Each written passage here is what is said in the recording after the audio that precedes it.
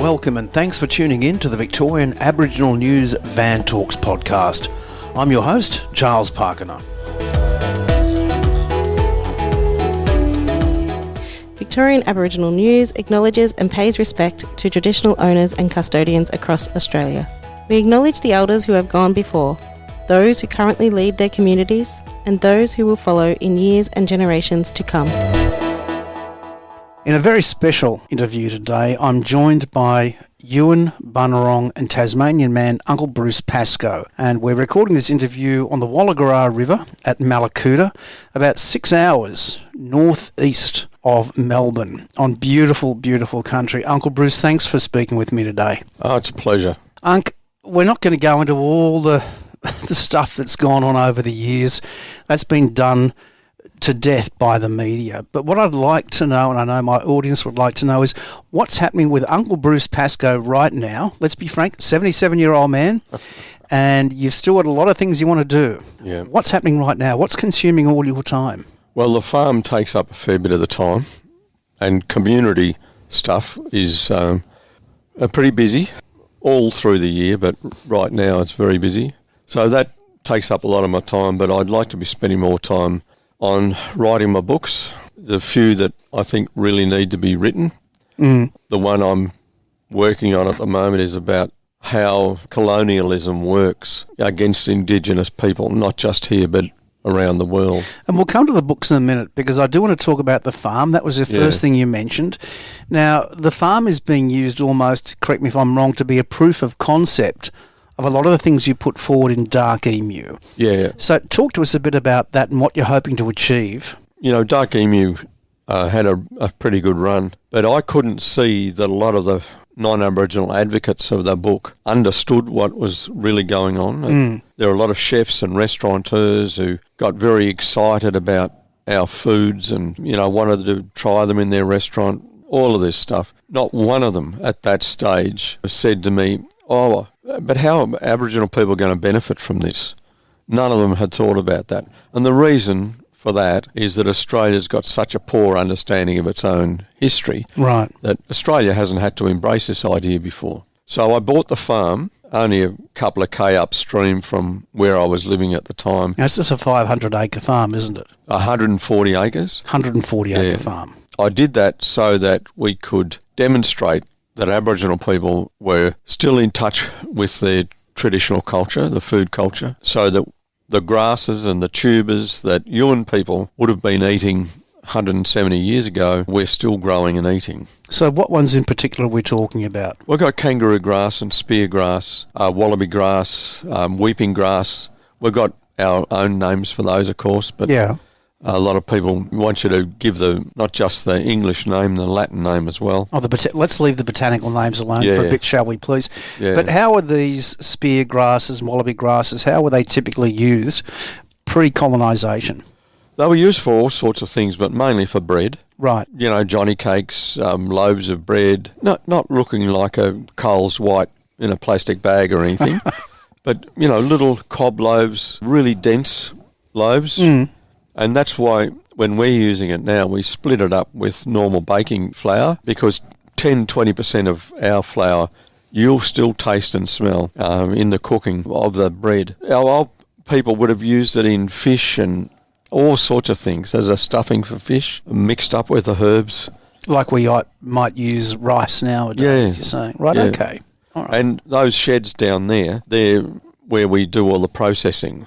We store the grain in there to dry. Yeah. Then we process it, and then we grind the grain into flour and sell it on our website, Black Duck Foods. We'll have a link for that on the Vic Aboriginal News website as well to accompany this interview. Unc, how much are you actually producing in a year? Well, for the first time, what we sell in terms of flour and tubers is paying for 1.5 wages on the farm. But you typically have more than 1.5 people working on the farm, don't you? We've currently got 2. Right. So we have to seek our funding through philanthropic organisations and things like that.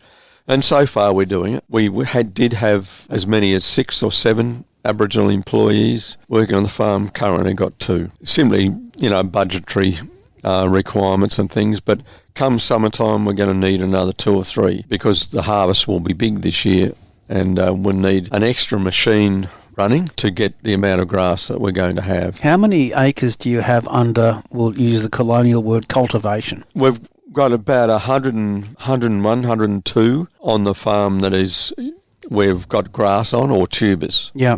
One or the other. So that's over 2/3 of the farm itself is dedicated. Probably a little bit more than that. And there's a little bit of forest as well. And we use the forest. The fellas were burning in the forest today. Yeah.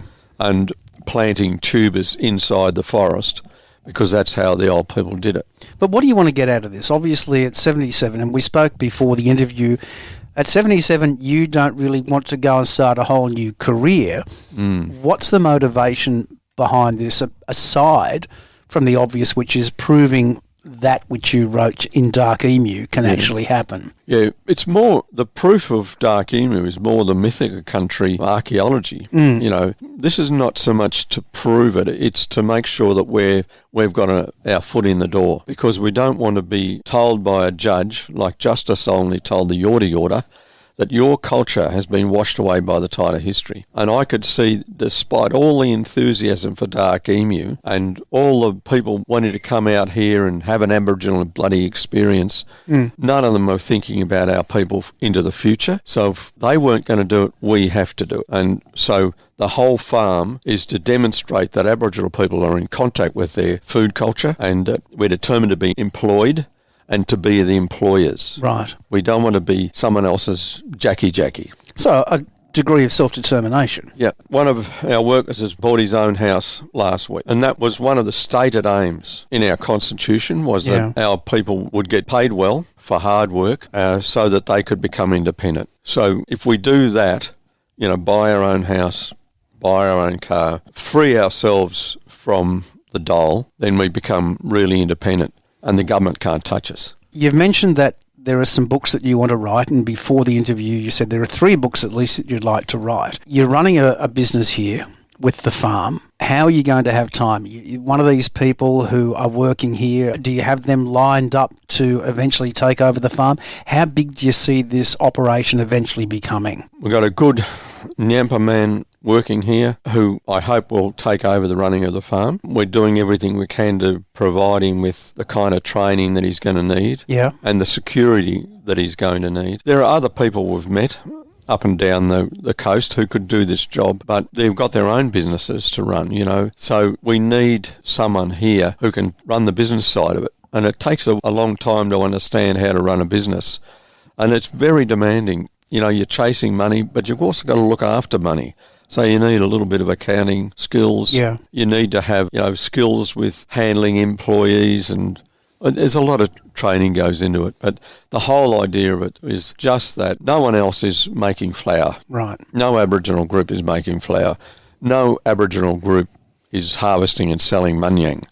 So the people on this farm here, they're the knowledge holders now of those skills. So we want to be able to pass it over to them, and what becomes of it after that doesn't worry me as long as Aboriginal people benefit. If someone makes $1 million out of it, buys themselves a flash car, that's not going to be any of my business. But as long as our people have a chance to become independent. Is this something you want, though, that you want the knowledge that you're gaining here?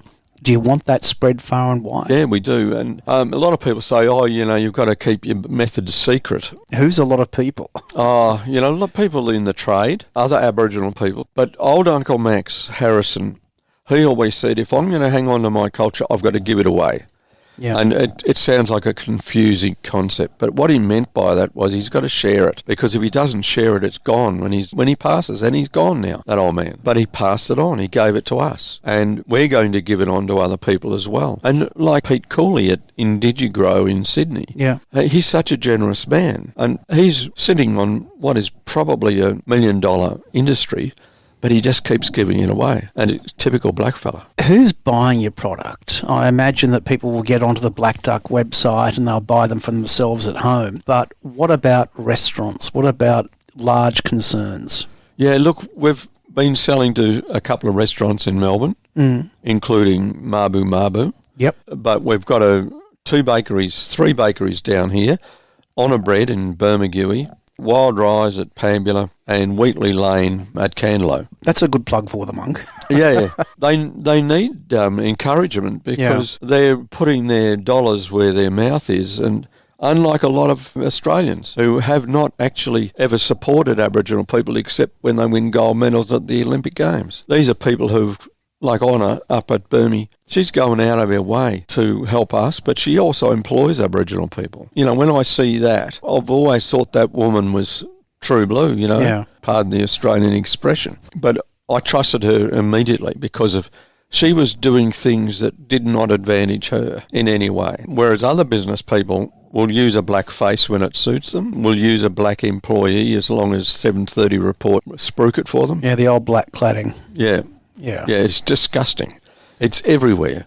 And it's when you point out to people that's what they're doing, they get really offended. Have you done that to people? I'm my grandmother's grandson, and so I was brought up to be polite. So I do tell people that, but in a way that they don't. I'm trying not to hurt them. You're a diplomat. I'm trying to be. I'm trying to be.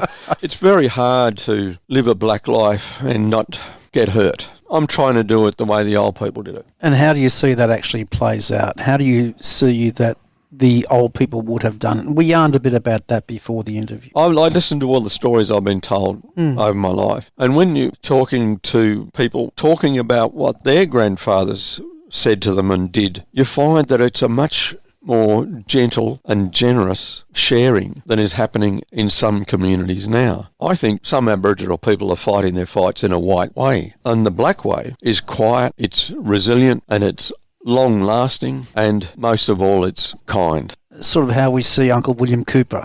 Mate, Uncle William Cooper. Now, look, there should be a statue of him on every street corner in Melbourne. Not just up on Yorta country, but down here as well, I agree. Like when World War II was on and the Jewish people were copping a hammering, one man in Australia recognised what it was absolute brutality and racism, and he called it for what it was. He walked to Canberra, he went to the Parliament and said, you mob should be supporting Jewish people. I think he's such a great Australian, and we shouldn't model ourselves on people like that. Pastor Doug, people like that. You know, I think of Lurija O'Donoghue. Yeah. I think of all those lovely ladies who worked so hard for the referendum, who gave their heart and soul and life to it and had their faces smacked. Are we talking about the 1967 referendum or the most recent? No, well, you could talk about that one as well. But they were great people. But no, I'm talking about the one last year. How did that affect you? Well, I knew it was coming. The no vote? Yeah, because I wore a badge right through it. I was watching TV, which I don't normally do, and I was watching how hard people like Pat Turner had to work, and Pat Anderson, Rachel Marcia, obviously. Thomas Mayo. Oh, young Tommy, you know. He's a legend, isn't he? He's an absolute legend, and, you know, the disrespect he got was appalling. Well, we're not going to go there, because if we go there, that means we've got to go there with you as well. And we said we're not going to, at least for this interview. Yeah, well, look, I knew it was happening. I must admit, I was surprised that it was 61% no, and I wasn't surprised that our people voted 80% for it. Yeah. Wasn't surprised at all by that. You know, we were supposed to, you know, if you followed the media, it was all blackfellas are against this. What absolute crap. You know, our people were well and truly for it. The media didn't display that because of the way the argument was conducted by the opposition. You know, people are blaming Albanese. What for? Upholding a promise that he gave to Aboriginal people? When should a politician be criticised for upholding a promise? They hardly ever do it. Anyway, I knew it was coming. But what the funny thing was, because we're so remote, and you know how remote we are because you've driven our track, it's remote. Older blackfellas turned up here day after bloody day for weeks after the referendum with no real excuse to be here. You know, like they just rock up and, oh, what are you doing here? I just wanted to have a cup of tea. But what they wanted was to talk about the referendum. Yeah. They wanted to get it off their chest. They wanted to have a good cry and get over it, you know. But all of them, you know, I had my cousins here and fellas from Nowra and Bairnsdale. How did it impact you personally, Unc? I got an enormous kick in the guts. I don't think I've recovered. I'm getting on with my business, with the things I've got to do. I'm not as comfortable in my own country as I was.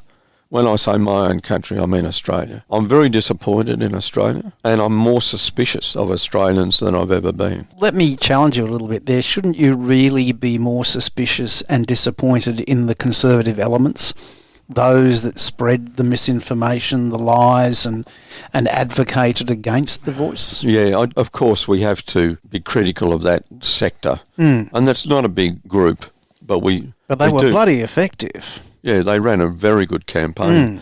But Australia let them. Now, don't let Australia get off the hook. 61% of Australians voted no against recognising us as the first people of this country. And they knew, if they had read the Voice material, that it wasn't going to cost them $1. Yeah. It was the most generous offer any Australian had ever had, and they knocked it back. So don't let Australians off the hook. Australia has to face up. It's not the end of the world. But do you see a future Voice? Yeah, I do, and it's not going to be like the Republic, which has been dead for 30 years or whatever it is. It's not going to be like that. It's going to come up again in the next 20 years. Constitutionally enshrined or legislated? Constitutionally enshrined. Really? Do you think politicians would be that brave to give it another bash?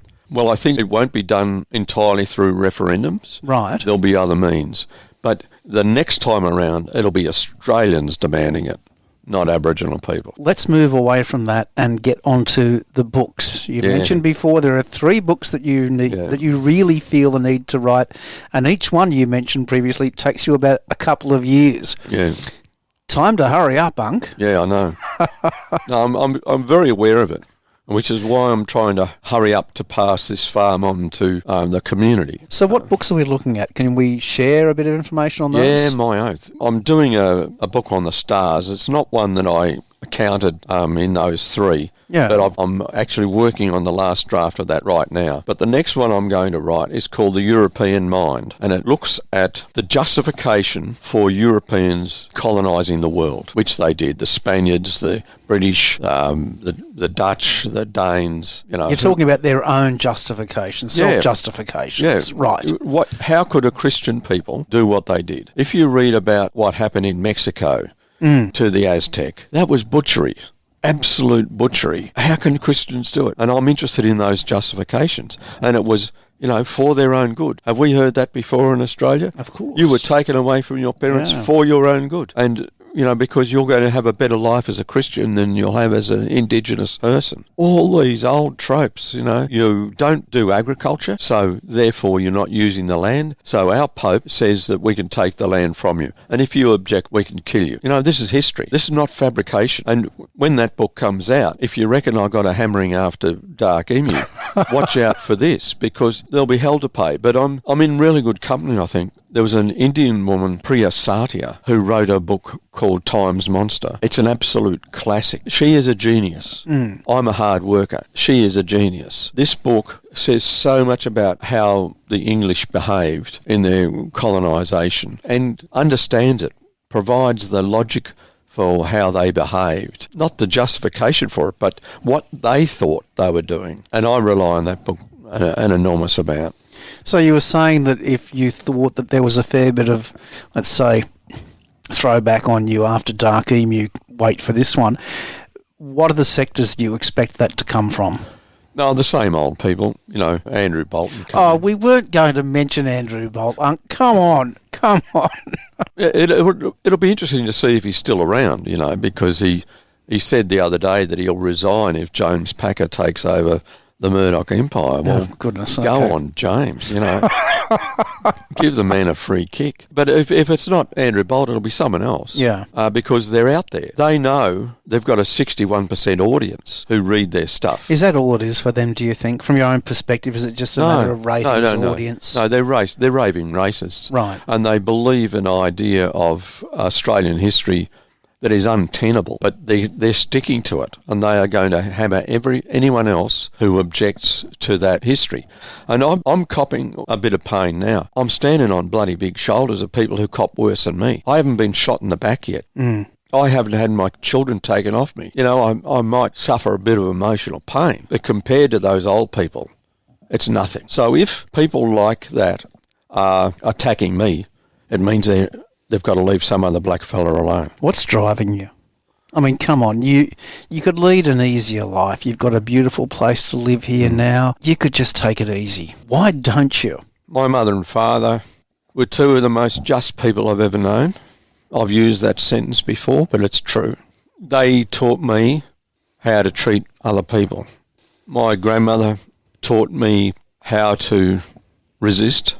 And she told me when I was 11 that we're sick of being poor. We're sick of being on the bottom of the pile. And the only way out is education. So she was instrumental in me getting an education because I wanted to play football for Richmond, despite the fact that I was no good. But that was a dream I had for a long time. But I always wanted to write, and I always wanted to write about our justice. In fact, that was the thing that drove me most, writing about Australian history and justice. I thought I wanted to be an AFL footballer, but then when I really thought about it, I was spending far more time writing and thinking about writing than I was actually playing ordinary football. So I was living a little bit of a dream, but my parents and grandparents had prepared me to be just and to stick up for the underdog. And the old people like Uncle Elf, like Auntie Zelda, all those old people. Couldn't you say you've done enough, though? Because you have. Well, I was going to say that those people had urged me on. Yeah. And Auntie Bunter, for instance, who read everything that I wrote while she was alive, they gave me instructions about what I have to do. You know, you can write, you like this stuff. We hate it. We never went to school. So that's your job. You tell that story. You tell this story. You've taken that on board big time. Yeah, well, I enjoy it. I love writing. So it's not a problem for me. They'd say, write a letter to the Minister for Education, the Minister for Jails or whatever they're called, and I would do that. Yeah. But really what I wanted to do was tell those stories that they had told me. And that's what I'm doing, and I'm not finished. I haven't told all those stories yet. There's some I'll never be able to tell because I've been asked not to. There's too much to do. And I don't know too many Aboriginal people who did go gently into that good night. Most of the old people that I know, like, say, Uncle Max, died with his boots on, still slugging it out in the middle of the ring, You intend to do the same? Yeah, I'll hit the wire running. What are some of the other books you've mentioned? You talked about the one that we didn't talk about before, but you've still got 3 others. So give us a bit of a hint about what they might be. Oh, well, they're novels. I've just published a book called Imperial Harvest about war raging through Mongolia and down through Europe and the Mediterranean. And it's an anti-war novel, trying to explain how war destroys, as if you need to say it, but apparently we do. Donald Trump seems to think that Iran will fire rockets at Israel tonight. Haven't we got the Olympics to entertain ourselves? Do we need that? So the next novel after that is called The Great Dividing Range, and it's about Australia.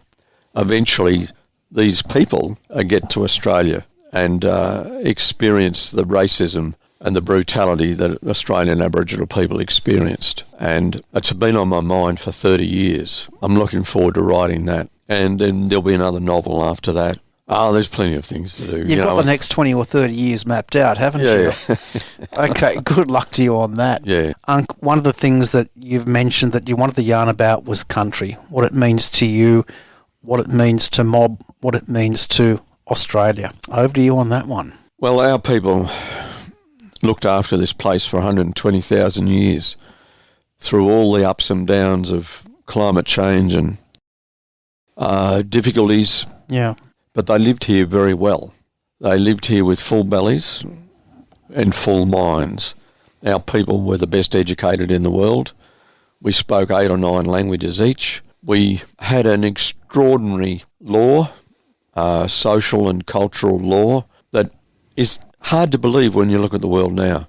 How can you, as a people, as humans, exist for 120,000 years without a world war, without a continental war? And those people had plenty of time to work it out and refine it, but they decided that each of the peoples would have their patch of land, that the Yuin would have this river down here as their border.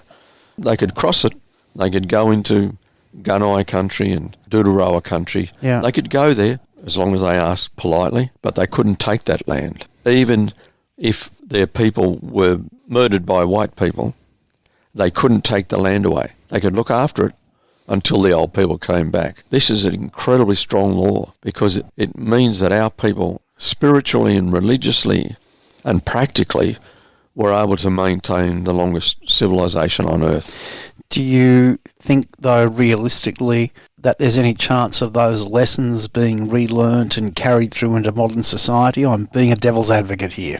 They are being carried through.